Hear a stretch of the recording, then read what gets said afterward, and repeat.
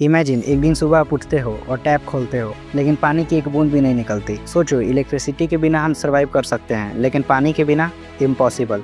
और shocking fact ये है कि इंडिया के 21 मेजर सिटीज़ दिल्ली, बेंगलुरु, हैदराबाद, चेन्नई सिर्फ कुछ सालों में पानी खत्म होने के एज पर हैं। ये कोई दूर की बात नहीं है, ये सच है। और आज मैं आपको वो कहानी सुनाने वाला हूँ जो शायद दुनिया का सबसे बड़ा क्राइसिस बनने वाली है, इंडिया की वाटर इमरजेंसी। अर्थ का 70% सरफेस पानी है लेकिन उसमें सिर्फ 2.5% फ्रेश वाटर है जो ह्यूमंस यूज करते हैं।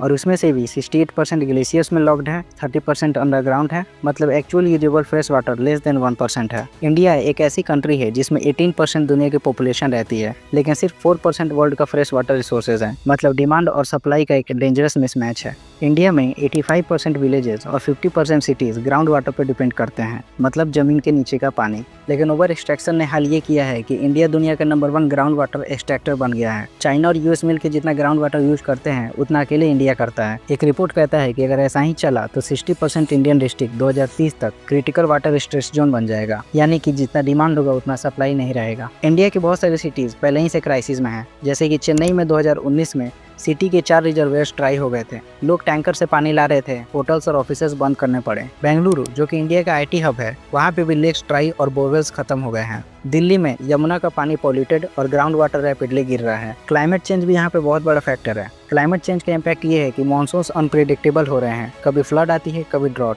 2015 से 2022 के बीच में इंडिया ने 150 से ज़्यादा एक्सट्रीम फ्लड्स और ड्रॉट इवेंट्स फेस किए हैं। फ्लड का मतलब पानी का भरमार लगता है लेकिन एक्चुअली वो पानी यूजेबल नहीं होता है, सब ड्रेन आउट हो जाता है और ग्राउंड वाटर रिचार्ज नहीं होता। इंडिया का 80% फ्रेश वाटर एग्रीकल्चर में यूज होता है क्योंकि हम ऐसे क्रॉप्स ग्रो करते हैं जो कि वाटर इंटेंसिव है, जैसे कि राइस और शुगर केन। 1 किलो राइस उगाने के लिए 3500 लीटर पानी चाहिए और 1 किलो शुगर के लिए 2000 लीटर पानी चाहिए। पंजाब जैसे स्टेट्स में फ्री इलेक्ट्रिसिटी और कैनाल सिस्टम ने ग्राउंड वाटर का एक्सप्लॉयटेशन और डेंजरस बना दिया है। पानी को लेकर बहुत जगह पॉलिटिकल स्ट्रेस पहले ही से शुरू है, जैसे कि inter state water Wars. Tamil Nadu और कर्नाटक के बीच में कावेरी नदी को लेकर विवाद है। पंजाब और हरियाणा के बीच में सतलज और यमुना लिंक को लेकर विवाद है। ये सभी राज्य चाहते हैं कि नदी के पानी का ज्यादा से ज्यादा यूज वे लोग अपने एग्रीकल्चर और अपने लोगों के लिए करें। इंडिया और पाकिस्तान के बीच में भी इंडस वाटर ट्रीटी 1960 से चल रही थी, लेकिन कुछ महीने पहले ऑपरेशन सिंदूर के दौरान इस ट्रीटी को भी इंडिया ने अपने तरफ से कम्प्लीटली खत्म कर दिया है। यहाँ पर भी पॉलिटिकल स्ट्रेस बहुत ही बढ़ते जा रहा है। पाकिस्तान आए दिन धमकियां देता रहता है कि अगर इंडिया ने पानी रोका या फिर उस पर डैम बनाया तो हम वॉर स्टार्ट कर देंगे।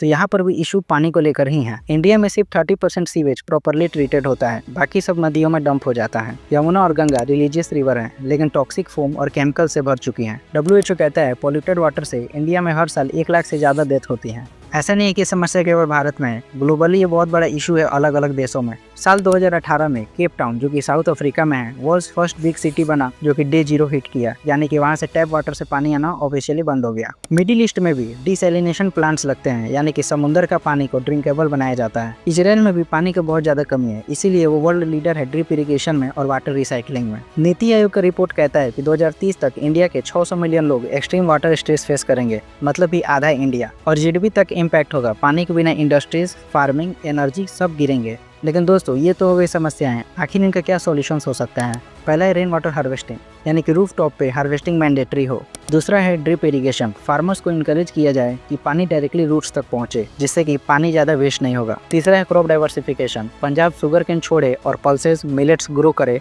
जो कम पानी यूज करते हैं। चौथा यहाँ पर अर्बन रिसाइकलिंग, सिंगापुर अपना सीवेज ट्रीट करके यूजेबल वाटर बनाता है, इंडिया भी ऐसा कर सकता है। लेकिन अगर हम अभी भी एक्शन लेते हैं पॉलिसीज, अवेयरनेस, टेक्नोलॉजी के द्वारा, तो इंडिया दुनिया का वाटर मैनेजमेंट का लीडर भी बन सकता है। पानी एक रिसोर्स नहीं, पानी एक जिंदगी है और ये जिंदगी हम अपने हाथों से बर्बाद कर रहे हैं। सोचो, अगर हमने टाइम पर एक्शन नहीं लिया तो अगले वॉर्स ऑयल के लिए नहीं, पानी के लिए लड़े जाएंगे। सवाल ये है, क्या हम अपने प्यास को कंट्रोल करेंगे या अपने फ्यूचर जनरेशन को प्यासा मरने देंगे?